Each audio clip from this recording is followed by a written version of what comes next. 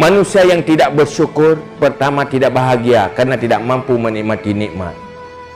Yang kedua, tidak menghargai yang pemberi nikmat. Takkan karena hati tidak merasakan nikmat yang ada. Munafik hana bersabar. Di saat nafid langsung ngaju hak itu. Hana sabar. Nyan pi susah.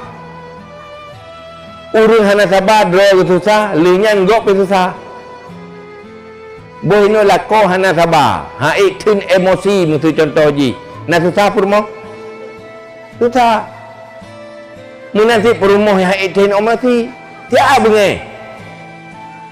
Kalau lagi manuk mana? Imulut tapi ilut tapi. Karena hana sabar, maka susah sih. Ngan lagi nanti, ngan hana sabar, be masalah ka bengai. Tak sabar. Yang kedua, orang hana akhlaknya gampang menyakiti. Tetapi sangat tidak tahan kalau disakiti. Punya gak bersakit gop nah. Anak teror pula kuat gop. Yang baik kata katnya. Ya ada yang membeok hana gitu. Ada gop cacah-cacah aju. Ya kai bro. Orang kai gak ke mana ni? Pertama, penyabar. Yang kedua, punya hati yang bersyukur, selalu menghargai kebaikan-kebaikan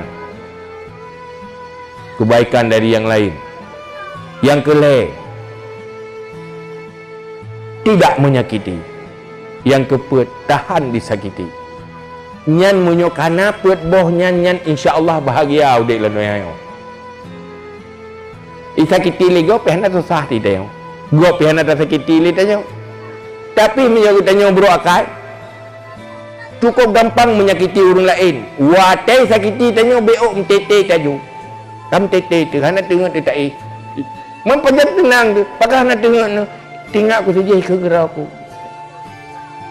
Membarah hana tengok lagu ikut saja hilang la ilau. Terus hana tengok gigian. Tapi nyauru sabar hana yang baik gajan keng ke gop megop sakiti gajan bu masalah. Udik nyaman, enjoy betul. Liang kita sakiti gop pihana. Cuba nyat yang berakal.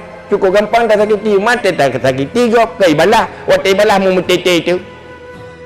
Tak susah. Padahal yang mulai pun gayan. Ludah tai balah kai gitu.